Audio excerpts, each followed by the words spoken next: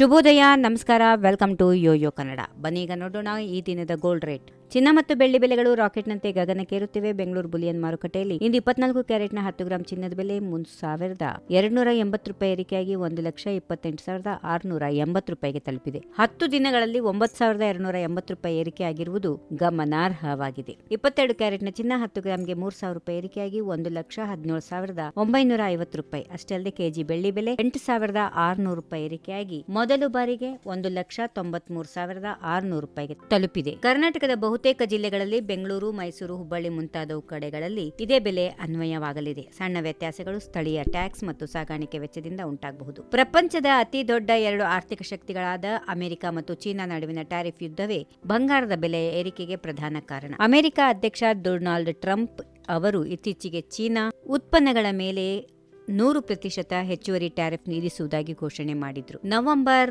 1ರಿಂದ ಜಾರಿಗೆ ಬರಲಿರುವ ಈ ಟ್ಯಾರಿಫ್ಗಳು ವಾಣಿಜ್ಯ ಅಸ್ಥಿರತೆಯನ್ನ ಹೆಚ್ಚಿಸಿವೆ. ಬಂಗಾರವನ್ನು ಸುರಕ್ಷಿತ ಆಸ್ತಿಯಾಗಿ ಮಾಹಿತೀಕರಿಸಿವೆ. ಇದರಿಂದ ಬಂಗಾರದ ಬೆಲೆ ಒಂದೇ ದಿನ 3,000 ರೂಪಾಯಿ ಜಂಪ್ ಮಾಡಿದೆ. ತಜ್ಞರ ವಿಶ್ಲೇಷಣೆಯ ಪ್ರಕಾರ ಬಂಗಾರದ ಬೆಲೆ ಇನ್ನು 20ರಿಂದ 30% ಏರಿಕೆಯಾಗುವ ಸಾಧ್ಯತೆಗಳು ಇವೆ. ಈ ವಿಡಿಯೋ ನಿಮಗೆ ಇಷ್ಟವಾದಲ್ಲಿ ಲೈಕ್ ಮಾಡಿ, ಶೇರ್ ಮಾಡಿ, ಸಬ್ಸ್ಕ್ರೈಬ್ ಮಾಡಿ.